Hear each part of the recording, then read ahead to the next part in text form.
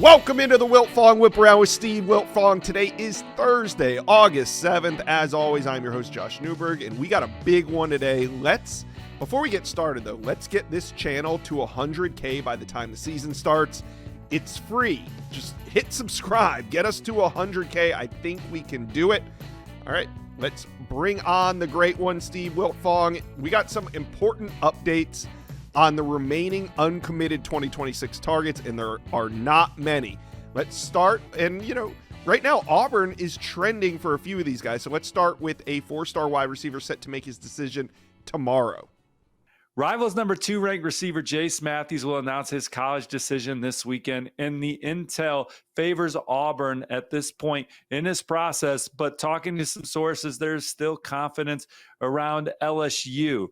The opportunity to play championship level football, the track record of receiver development, some of the relationships he has in Baton Rouge, including new hire Kelvin Bolden II, who comes from Ole Miss in the state of Mississippi, to LSU. The Tigers are still fighting. There's still confidence around LSU, but the majority of the intel favors Auburn from the relationship with potential position coach Marcus Davis.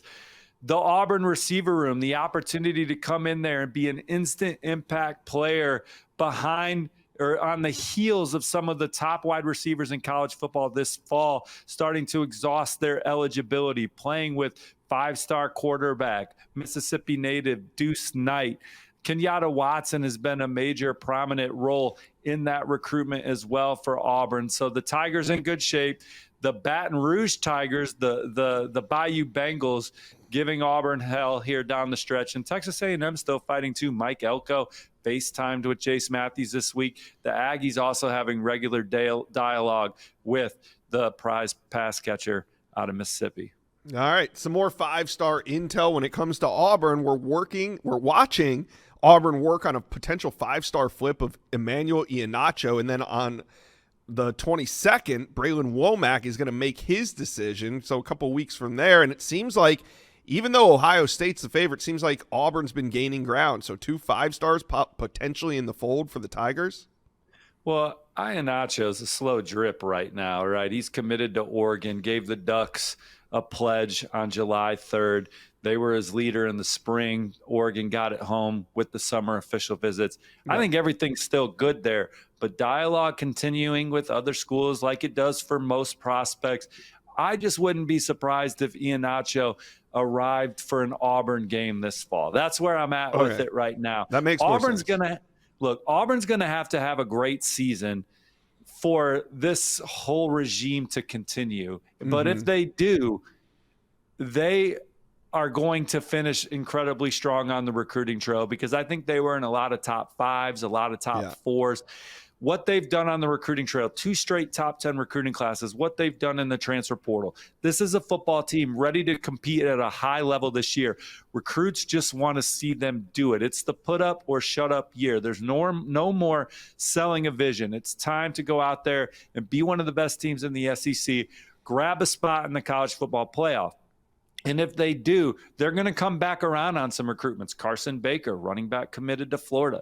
That's another one that comes to mind. You're already seeing stories of defensive line recruits committed elsewhere that are visiting Auburn this fall. Iheanacho, I wouldn't be surprised if he visited this season. There's been some dialogue, so we'll see if he makes it to campus, but I still have him locked in with Oregon to date. But for Auburn, if they have a great season, they're going to be one of the teams we're talking about most at the end of the fall when it comes spatula season, and they come back around on some recruits with hey, we told you it was going to be like this. Now come join and keep it rolling. For Braylon Womack, it was his summer official visit that really moved the needle for Auburn. Going into those officials, Ohio State was the clear leader for the number 1 ranked safety in the country. Florida has also risen up with that official visit and recent dialogue. But Auburn, the opportunity to attend school with a sister who plays softball there. He likes the scheme under DJ Durkin, the opportunity to come in and be an instant impact player. Certainly from an NIL standpoint, the opportunities that Auburn has put on the table, all that's exciting. We want to see what Ohio State's going to do from an NIL front. We know that he loves the Buckeyes' track record, the level of football they're playing as the defending national champs, being around the players on the team, conversations with the coaches. Florida's the dark horse there. A&M rounds out the top 4, but Braylon Womack, not a done deal anywhere right now as he continues to converse with his finalists. And we have these final conversations about NIL because he went out and visited these schools multiple times. Knows what they all bring to the table schematically, knows what his opportunity looks like as a true freshman and beyond, knows what their track record of development is. It's now dollars and cents down the stretch for Braylon Womack and making sure that the school he picks is one that he's going to be very comfortable at around the people, but also knowing that you have value and checking that box as well. But his sister already transferred once. I think for, obviously having gone through that, you live, you learn. With Braylon, they would like to find a place that he loves from the jump, but also in an era where these prospects have value, maximizing that potential within that. Yeah, seems like Auburn's going to have to drop a big bag if they're going to pull him away from Ohio State in that secondary that they're building there. I got a note on my desk. It seems like South Carolina is now the team to beat for 5-star interior offensive linemen. Tell us about it. Yeah, Chad Simmons and I both hearing the same thing from different sources. I spent time around sources with knowledge of Darius Gray's recruitment this week, and it is South Carolina setting the tone down the stretch. But I expect LSU to take another big swing, more push for Darius Gray, a coveted player for them at the point of attack. But South Carolina leads because of Shane Beamer. He has spearheaded this recruitment, the relationship, the environment that he has created around the Gamecocks program has been Darius Gray's favorite. He feels at home when he's in Columbia, feels at home around the coaches and the players on the team. He loves the trajectory of this program under Coach Beamer and company, believes that South Carolina can be an annual college football playoff contender and beyond. So those are all things that has South Carolina in great position. But LSU, they are going to fight to the end for Darius Gray as they look to make a move towards the top 5 recruiting class, citing Brian Kelly's track record of offensive line development throughout his entire career. He's coached some of the best NFL offensive linemen in the league right now. And then certainly already got it off and running at LSU with a first-round pick this last draft. Coach Brad Davis has done a great job recruiting him. LSU was a dream school for him. That was one of the programs he grew up rooting for. He is very high on LSU. South Carolina may be trending, but it's not like they are lapping the field right now. LSU very much in this. Tennessee has risen up down the stretch for Darius Gray as well. I think he probably has a good idea of what he's going to do, so you feel good about the Gamecocks. But dialogue continues with LSU, and I expect them to make another big push if they have to land the 5-star. All right, let's head down to Florida, talk edge. Jake Krull down there at IMG Academy. Steve, the streets are saying there's 2 teams emerging at the top for him. Certainly. Going into the official visits, I loved Oklahoma's position for Jake Krull. The relationship with Brent Venables, the opportunity to be instant impact, the scheme, the development track record that Coach V has had over the course of his career, those relationships, comfort, being in Norman, what a game day is like at Oklahoma, all that stuff excites him about the Sooners. But Texas has risen up here this summer. Great official visit. Loves those coaches, loves where they're at as a program right now, competing for championships on all fronts. Where Steve Sarkisian has taken this, Coach Lau and Clark's done a good job recruiting him, among others. And Texas is making this recruitment very tight down the stretch.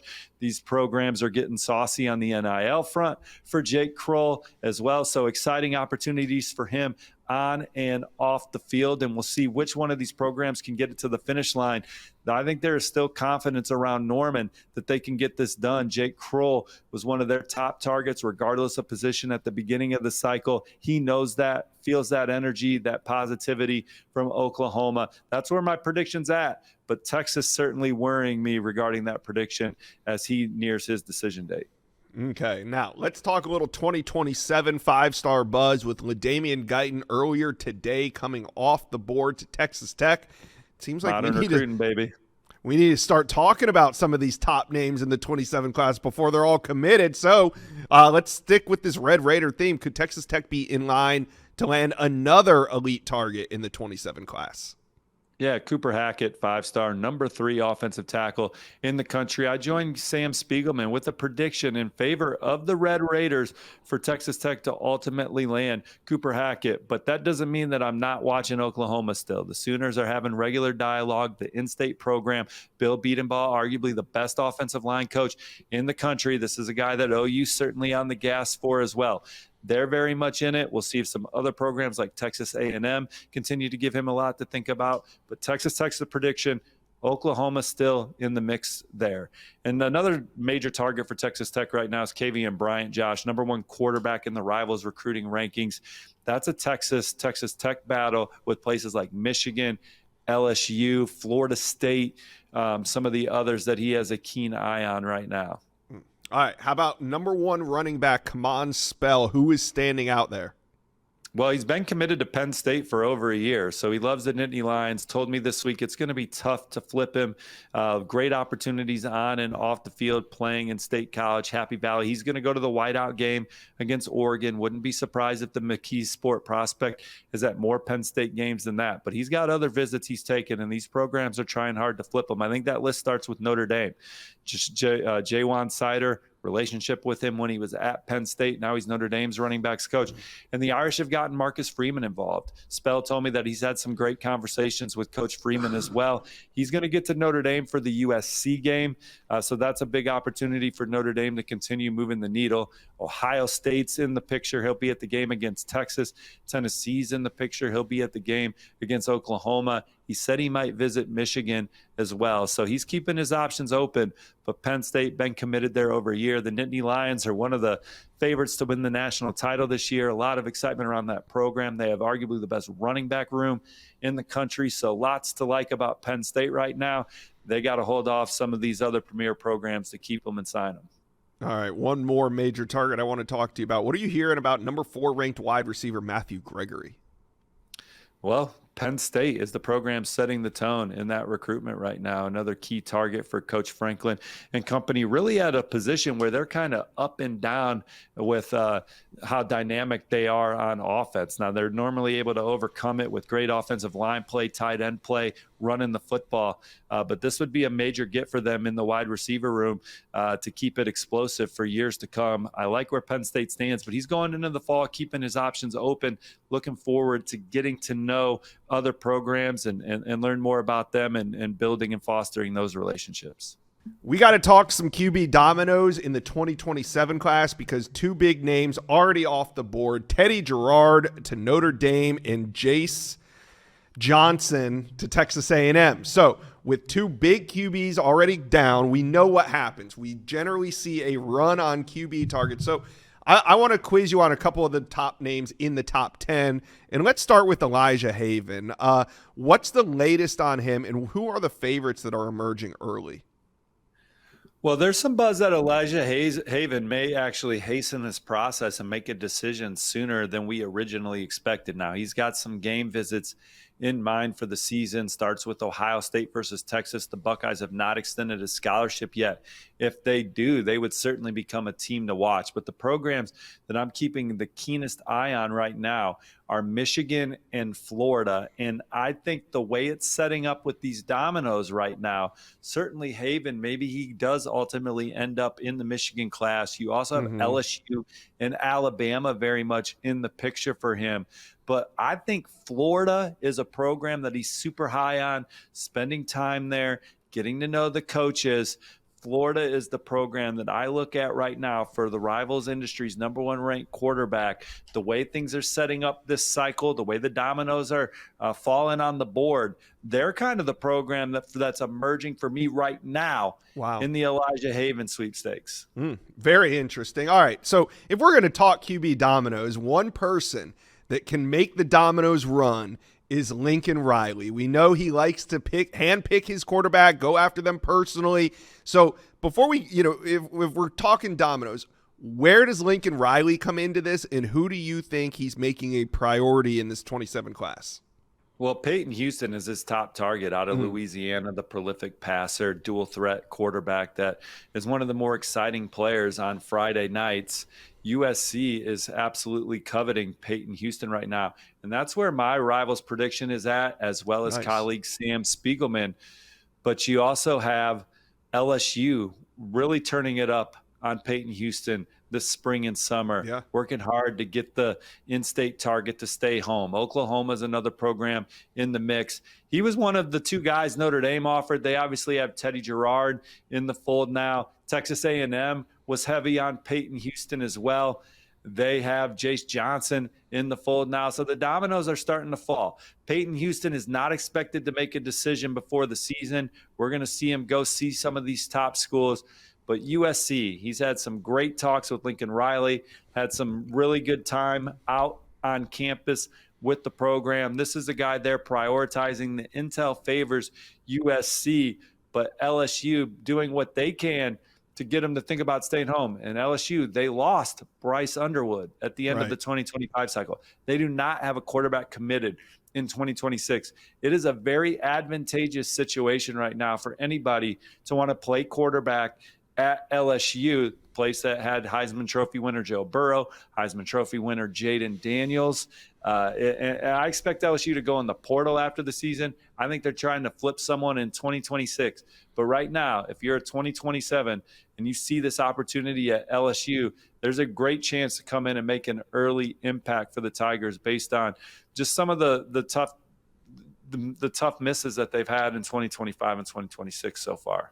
So let's play that out a little bit. Let's say that Lincoln Riley does land Peyton Houston. Let's say that LSU doesn't sign an elite signal caller in the 2026 class. Who do you think they put all the chips in for if they go after a quarterback in 27? Well, they're recruiting a few guys. Colton Nussmeier is the guy that immediately comes to mind, right? His brother Garrett Nussmeier, Heisman Trophy candidate. LSU's my dark horse. Not my dark horse. They're my pick to win the national championship this year with what they're bringing back. I think Nussmeier is my favorite to win the Heisman Trophy this year. And his brother is high on Alabama, Florida, and LSU. He's going to do his own thing. His dad's a coach in the NFL, played in the NFL. So these guys aren't just going to follow each other down their paths. Sure. Alabama, Florida, LSU are the contenders. Obviously, he has great exposure to LSU, knows that coaching staff. If his brother has a great season, if they have the season that Brian Kelly and company are looking to have, Joe Sloan leading the charge, you got to think LSU is going to be tough to beat for Nussmeier. And sources have said in the past they think he ultimately ends up there. But I know that Alabama and Florida are giving him a lot to think about as well. All right. So let's who could be next if the QB dominoes are going to fall? Maybe not the top quarterback, but who do you think could be the next QB to drop? Well, I think Michigan's the program you look at that could really start setting off some dominoes in this class and really put other quarterbacks on notice that spots are actually drying up because Sharon Moore, new offensive coordinator Chip Lindsey, and the Wolverines are in great position for several of these top arms that we're talking about, from Elijah Haven to Peter Bork, who I think is target numero uno, to Malachi Ziegler, a 4-star from Louisiana. You even got our number one ranked quarterback in the country, Kavian Bryant. I know we talked about him with Texas and Texas Tech, but he had a fantastic visit to Michigan. So that's one where if you want to go to Michigan, you might want to, it's very competitive to be a Wolverine right now with all those names on the board. And you don't know who might just say, hey, I'm ready to go first. Peter Bork, Penn State came into the summer leading. Georgia, a recent offer, very exciting and intriguing. But Michigan's camp, getting around the staff, conversations with Coach Lindsey, Sharon Moore, what Michigan offers on and off the field, they are trending in a big way for Peter Bork. But Penn State certainly in the picture still. And like I said, Georgia, those are places he wants to get to games to this fall. But we'll see how this plays out, knowing that there are several other quarterbacks that Michigan's in great position for, and the well could quickly dry up. All right, there's kind of a brief look at the top 10 quarterbacks in 2027. You guys let us know, where do you think these top arms will land? We're going to be talking about this for the next several months, so I'd like to hear your opinion. Let us know, comment section below.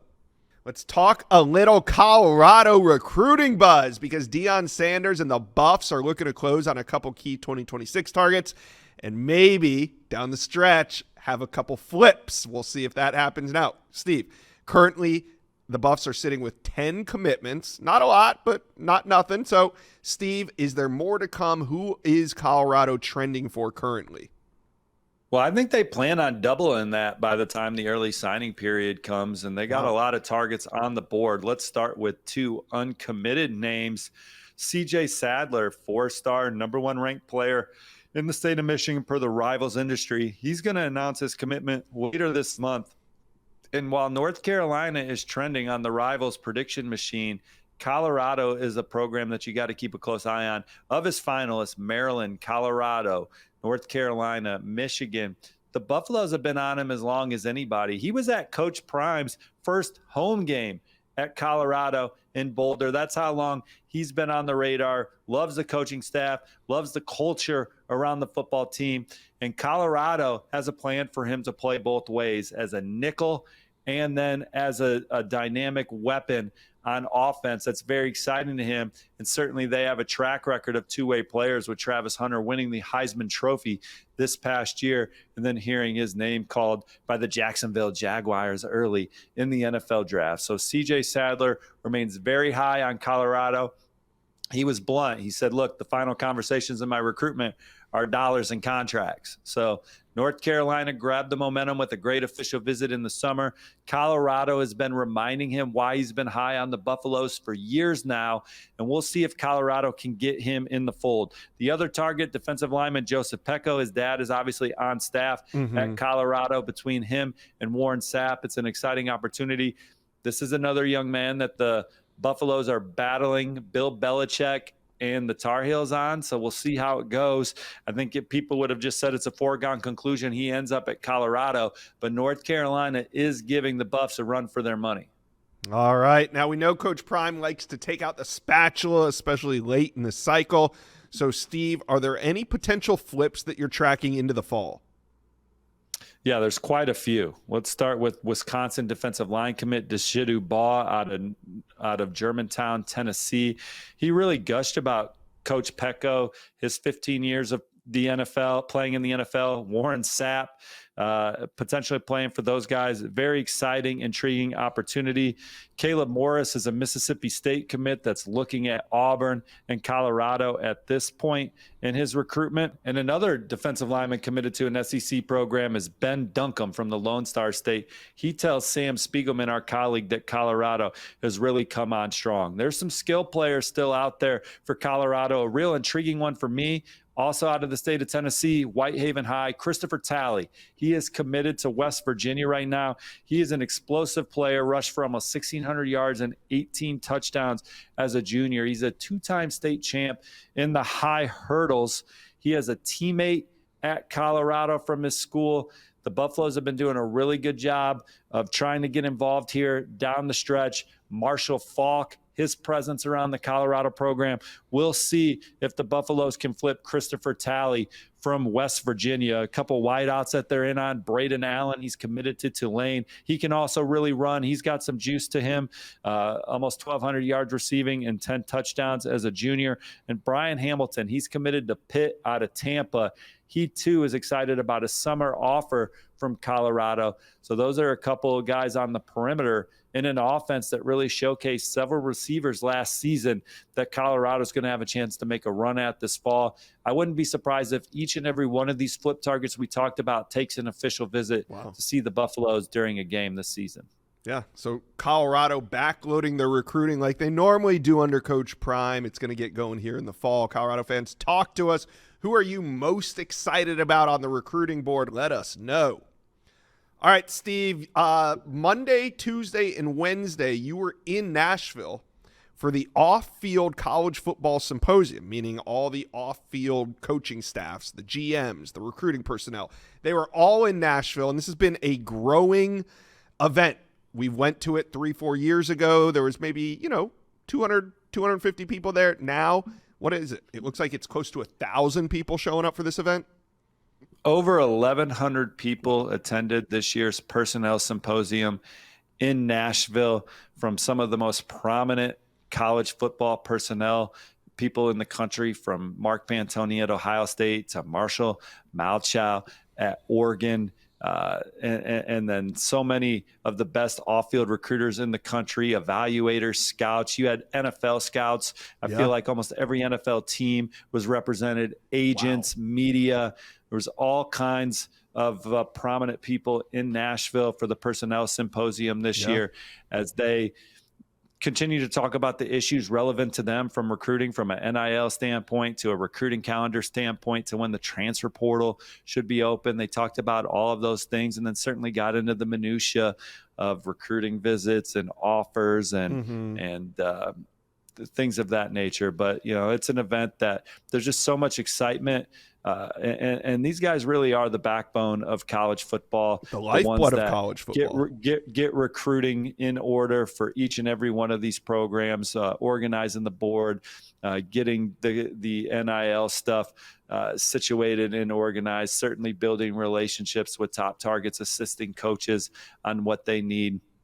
It's a fascinating event, and I always learn a lot about the college football space attending the Personnel Symposium. So 1,100 people, man, it's certainly come a long way. The hallway's got to be crowded when you're walking through there out of the convention center. So when Texas Tech, when the Texas Tech staff comes through, I mean, does everybody just part ways now with what the Red Raiders are doing on the recruiting trail? Well, they're not intimidated by any program in college football right now. Joey McGuire, from the day he got the Texas Tech job, General Manager James Blanchard told me that it was all about getting the infrastructure in order for Texas Tech to compete at a top 10 level year in and year out and be a new age blue blood program. And so you have to get donors on board. You have to raise money to do that. And Coach McGuire has created an excitement around the program that has wealthy alum and people around the city that want to pour into Texas Tech and give this team an opportunity to compete at that level. And we're certainly starting to see it on the recruiting trail. They beat Texas, among others, for 5-star offensive tackle Felix Ojo. They've had some big recruiting wins in 2026, and they're certainly in position for some major ones in 2027. LaDamian Guyton, number 1 ranked player in the country for Rivals, now in the fold for Texas Tech. Kavian Bryant's the number 1 ranked quarterback in the land per Rivals. They're battling Texas, among others, for him. But they don't plan to be done in 2026, Josh. They have 19 commits.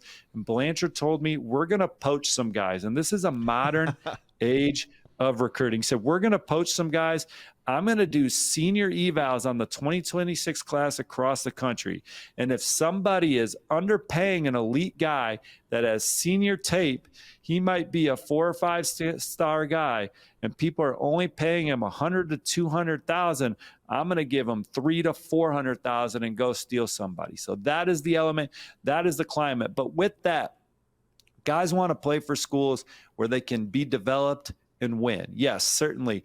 They know that they have a value. So there is an excitement around Texas Tech that this is a program that is budding, that is ready to burst on Saturdays. They got to go out and prove it this fall. If Texas Tech has an exciting season this fall, they are going to be in the mix for the number 1 ranked recruiting class in 2027, because in addition to the support and infrastructure that they are getting from people of interest around the program, if they can point towards success on the field, and they had a really good transfer portal class last year that they injected into this roster, if they can win the Big 12 or compete for a Big 12 championship, which puts them in contention for a college football playoff, Texas Tech is indeed going to have a chance to finish with the number 1 ranked recruiting class in 2027.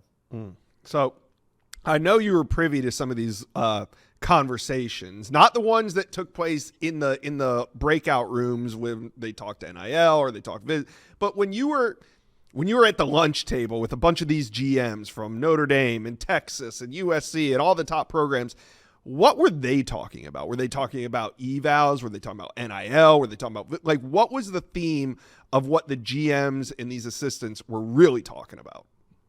I think one of the biggest talking points was transfer portal window, having just one transfer portal window, when to put it on the calendar that is best for the college football programs themselves and managing their roster, knowing what they're going to have for the upcoming season, which then allows them to manage their money and their salary cap with rev share, and then certainly the extra money that's being injected. So when would they like it to be? Well, I think that ultimately the majority would love to just have the one after the season and not have one in the spring. Okay. So, all right. Well, cool. Anything else that you took away or you want to share with us from the off-field symposium? Same thing I've been saying for years. The salaries have gone up for some of these off-field recruiting people, but these are guys that should be paid as much as some on-field coaches, in my opinion. Maybe not coordinator money just yet. Some of those coordinators are making over $1 million per year, but certainly in that ballpark for some of these guys with the responsibilities they have, the infrastructure they have to organize. And some of these guys have different strengths. Some of these guys are getting the best out of 6, 7 other guys that keep your program humming. Some of these guys are recruiters that help you land talented players that get you a step closer to winning games on Saturday and the national championship. So salaries need to continue to go up for these guys in the personnel space because they are pouring as much time in that building as anyone within the program, and the impact that they're having from organizing recruiting boards to organizing player salary to staying up on who's going to be in the portal and what are our needs there, who can we go out and get. This is a position in college football that should continue to see salaries really grow with the importance that they have for their respective football teams.